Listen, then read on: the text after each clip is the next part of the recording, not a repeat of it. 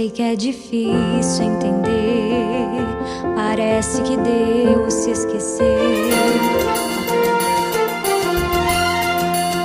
A partir de agora, mais uma edição do Jornal Integração. Um jornal dinâmico que leva a informação que acontece na sua cidade, no Brasil e no mundo.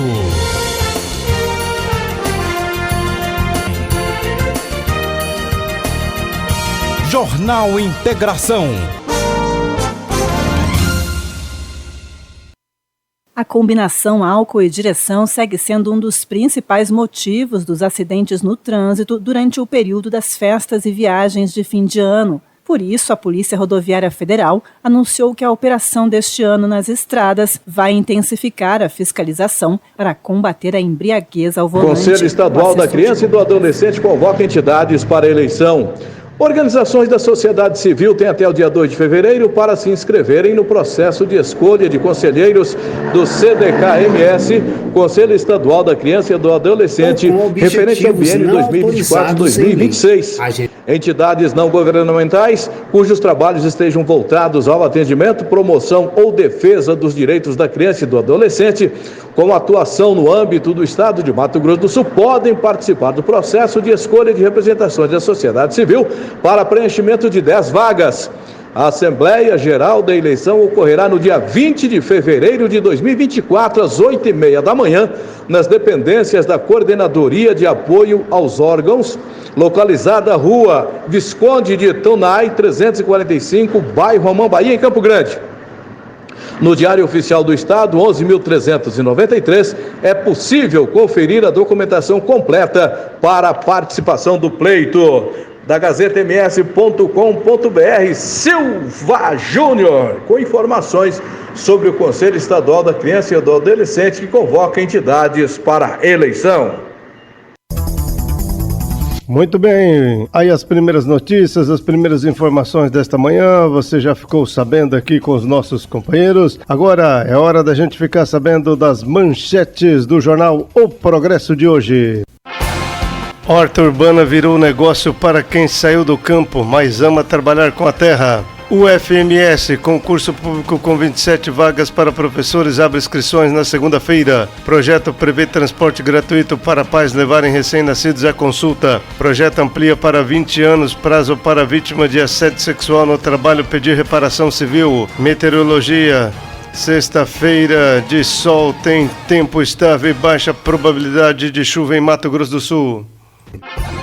Essas são as principais manchetes do jornal O Progresso de hoje. Agora aqui no Jornal Integração é hora da gente ficar sabendo a previsão do tempo. Vamos lá! Jornal Integração e a previsão do tempo. Sou Valesca Fernandes, meteorologista e coordenadora do Centec Semadesc, e vou passar as informações meteorológicas para o final de semana. O destaque da previsão do tempo para o final de semana é a elevação das temperaturas em Mato Grosso do Sul. Sexta-feira, dia 26 de janeiro, a previsão indica tempo mais estável, com sol e variação de nebulosidade. Porém, com menor probabilidade, não se descartam pancadas de chuvas isoladas. As temperaturas mínimas ficarão mais amenas, com valores entre 16 a 17 graus. São previstas temperaturas mínimas entre 17 a 19 e máximas de até 31 graus nas regiões sul, Bolsão e leste. Para a região norte, mínimas entre 20 a 22 e máximas de até 34 graus. Para as regiões pantaneira e sudoeste, mínimas entre 21 a 24 e máximas de até 34 graus. E em Campo Grande, são esperadas mínimas de 19 e máximas de até 30 graus. A direção dos ventos varia entre a direção sudeste e leste, com valores entre 30 a 50 km por hora. Pontualmente podem ocorrer rajadas de vento acima de 50 km por hora. Sábado, dia 27 a domingo, dia 28 de janeiro, em grande parte do estado, a previsão indica tempo firme, com sol e variação de nebulosidade. Porém, não se descartam pancadas de chuvas isoladas, com destaque para as regiões leste, sudeste e nordeste do estado. Ainda podem ocorrer chuvas mais intensas localmente. Essas instabilidades atmosféricas ocorrem devido à convergência de umidade e atuação de áreas de baixa pressão atmosférica em médios e altos níveis da atmosfera. Nestes dias, o destaque é a elevação das temperaturas, com valores de até 36 graus, principalmente para as regiões norte, pantaneira e sudoeste. São esperadas temperaturas mínimas entre 16 a 21 e máximas de até 34 graus nas regiões sul, bolsão e leste. Para a região norte, mínimas entre 20 a 22 e máximas de até 35 graus. Para as regiões pantaneiras e sudoeste, mínimas entre 21 a 23 e máximas de até 36 graus. E em Campo Grande, são esperadas temperaturas mínimas entre 19 a 20 e máximas de até 33 graus. A direção dos ventos varia entre o quadrante sul, leste e norte, com valores entre 30 a 50 km por hora e pontualmente podem ocorrer rajadas de vento acima de 50 km por hora. Voltamos com mais informações meteorológicas nas próximas edições. Até lá! Ok, tá aí a Valesca Fernandes com as primeiras notícias do tempo. Tem mais informações chegando aqui com ele, Celso Cáceres. Fala aí, Cáceres. Polícia Federal investiga monitoramento indevido de autoridades pela ABIN. A Polícia Federal deflagrou na manhã desta quinta-feira, ou seja, ontem, a Operação Vigilância Aproximada para investigar a organização criminosa que se instalou na Agência Brasileira de Inteligência, ABIN.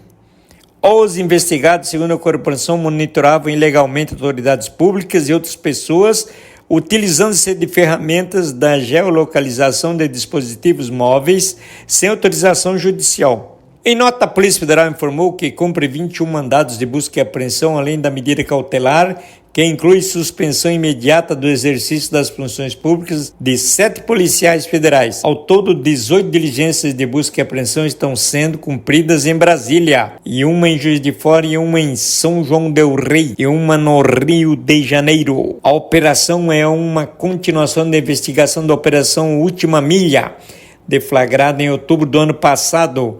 As provas obtidas pela corporação à época indicam que o grupo criou uma estrutura paralela na ABIN e utilizou ferramentas do Estado para produzir informações para uso político e mediático. Para obtenção dos proveitos pessoais, até mesmo para interferir em investigação da Polícia Federal. Ainda de acordo com a Polícia Federal, os investigados podem responder pelos crimes de invasão de dispositivo de informático alheio, organização criminosa, interceptação de comunicação telefônica, de informática ou telemática, sem autorização judicial ou com objetivo não autorizado em lei.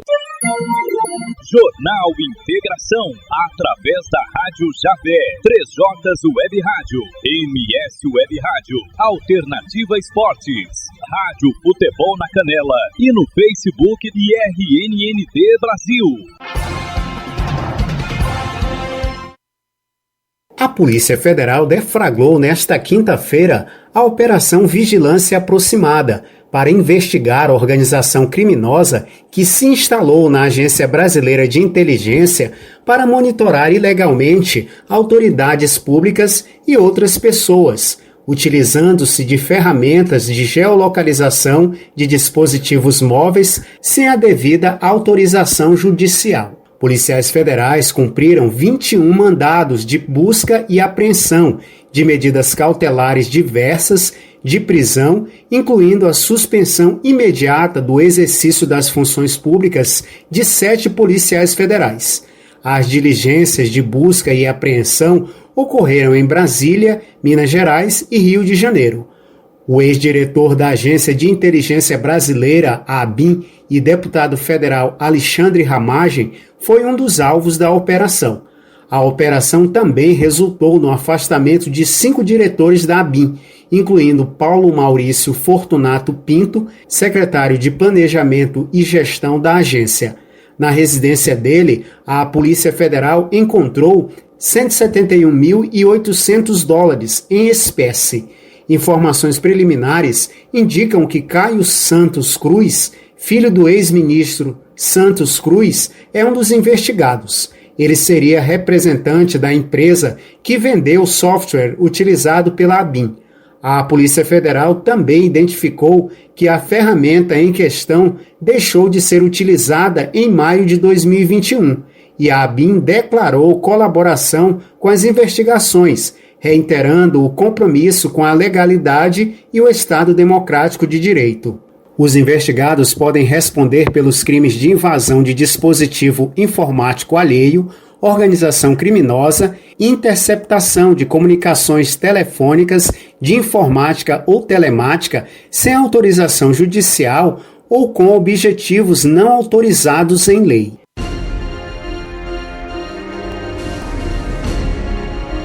Vamos seguindo aqui com o Jornal Integração, tem mais notícias chegando para você nesta manhã. Vamos lá, quem é que tá chegando aqui? Fala aí.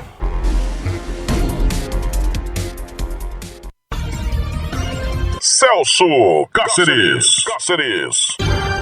Educação. Poupança de incentivo a estudantes do ensino médio terá 6,1 bilhão de reais. O ministro da Educação, Camilo Santana, anunciou nesta quinta-feira, 28 de dezembro, o Ministério da Fazenda transferiu 6,1 bilhões para o fundo e custeará a poupança de incentivo à permanência, conclusão escolar para estudantes do ensino médio público, apelidado de pé de meia. A autorização para o repasse e o montante foi publicado no Diário Oficial da União desta quinta-feira, dia 28. O vídeo divulgado nas redes sociais, o ministro comemorou a transferência do valor neste fim de ano. O pé de meia do ensino médio está chegando e ele está na conta. Acabamos de passar 6,1 bilhões ao fundo, que vai custear a poupança de incentivo e permanência conclusão para estudantes mais vulneráveis do ensino médio, declarou o ministro Camilo Santana. O anúncio do ministro da Educação foi feito após reunião com o vice-presidente da República, Geraldo Alckmin, e o Ministério da Educação na manhã de hoje. Vamos começar o ano que vem com um programa chamado Pé de Meia, vai ser poupança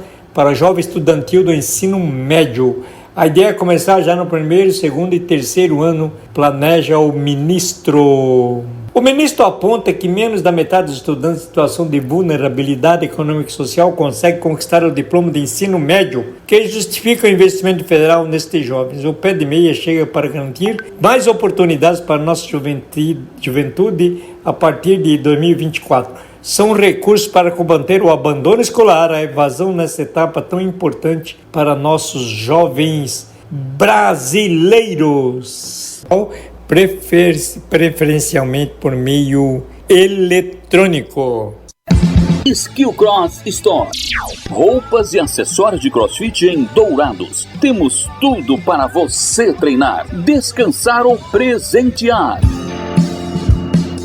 Faça-nos uma visita na Rua Cuiabá, 1469. Telefone WhatsApp 67 99937 6338. Skill Cross Store.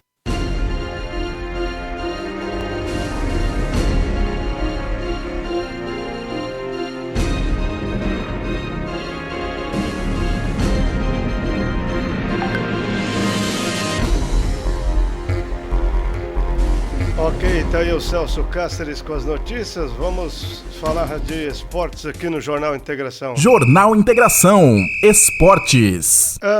Final de semana nós vamos ter mais uma rodada do Campeonato Sul-Mato-Grossense. Ontem nós tivemos a Portuguesa jogando contra o Náutico, que venceu por 2-0.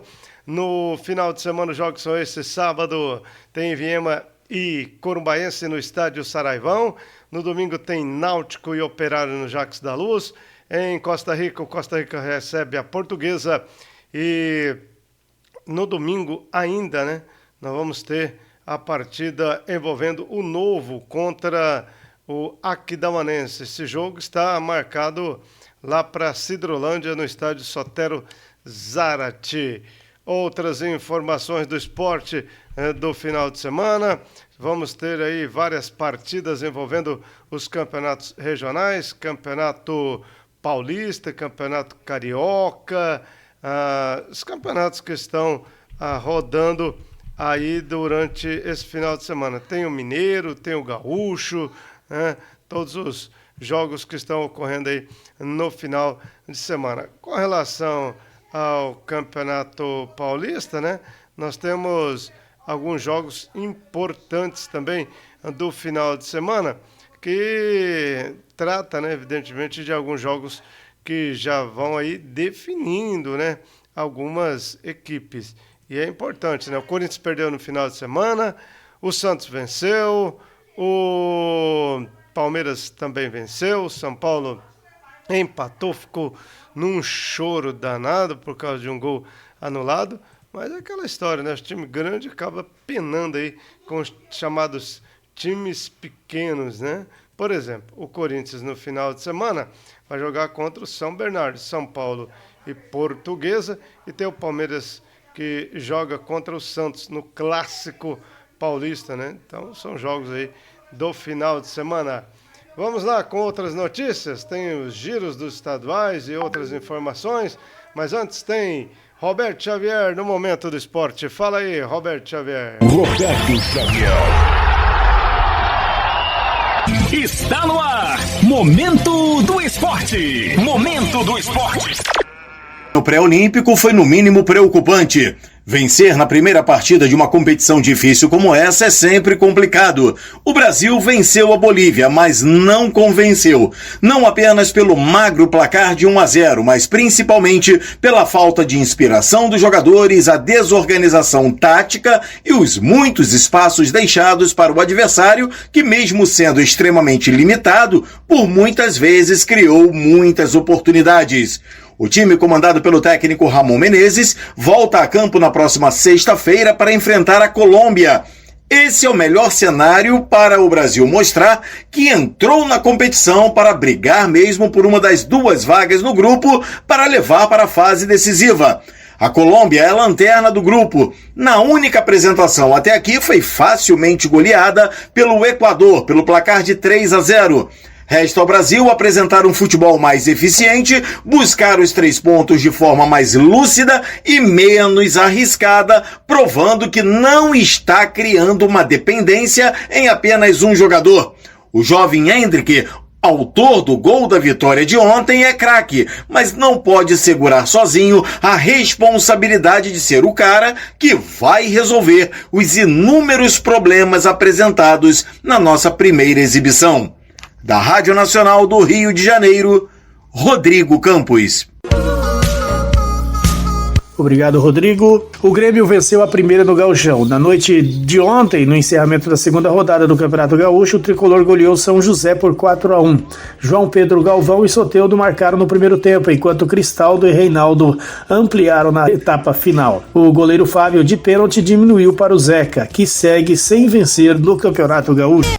Resultados de ontem pelo Brasil, pelo Campeonato Paulista, tivemos Ituano 1, Corinthians 0, Portuguesa perdeu em casa para o Bragantino por 2-1 e o Guarani empatou com São Bernardo em 0-0. Pelo Campeonato Carioca, o Bangu perdeu para o Nova Iguaçu 3-2, a Portuguesa venceu o Sampaio Corrêa por 1-0 e o Botafogo foi derrotado pelo Boa Vista 1-0. Campeonato Mineiro, Vila Nova 1, Cruzeiro 2, Tombense 2, Uberlândia 2 e Atlético Clube 2, Ipatinga 1.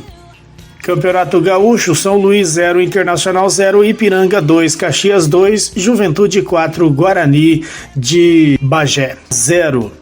Tivemos também a rodada do Campeonato Sul-Mato-Grossense ontem. O Dourados Atlético Clube foi aqui da Uanda e perdeu por 1-0 para o time da casa. Também tivemos Novo Operário 1, Corumbaense 2, Coxim 0, Operário de Campo Grande 2. Oferecimento Tecnomotos, Joaquim Teixeira Alves, 1105, no centro de Dourados. WhatsApp 67 99653 3657. Esporte e informação é no canal Cidade. Momento do Esporte. Muito bem, tá aí o Roberto Xavier com as notícias, as informações esportivas. Agora aqui no Jornal Integração é hora da gente ficar sabendo de mais notícias do esporte.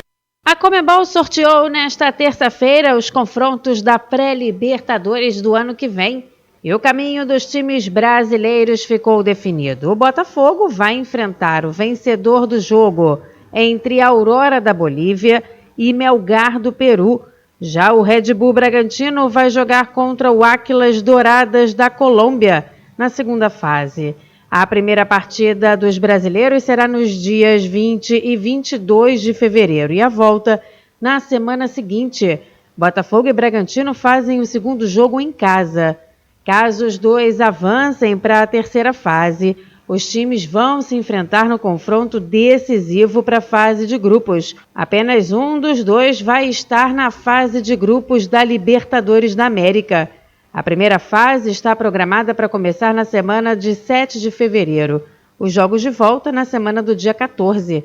A segunda fase vai acontecer entre os dias 21 e 28 do mesmo mês. Já a terceira fase apenas em março, entre os dias 6 e 13. O Jornal Integração está ficando por aqui. Voltaremos amanhã a partir das 7h30 com mais notícias e outras informações. Tenham todos um bom dia. Bom dia, Dourados. Bom dia, Brasil.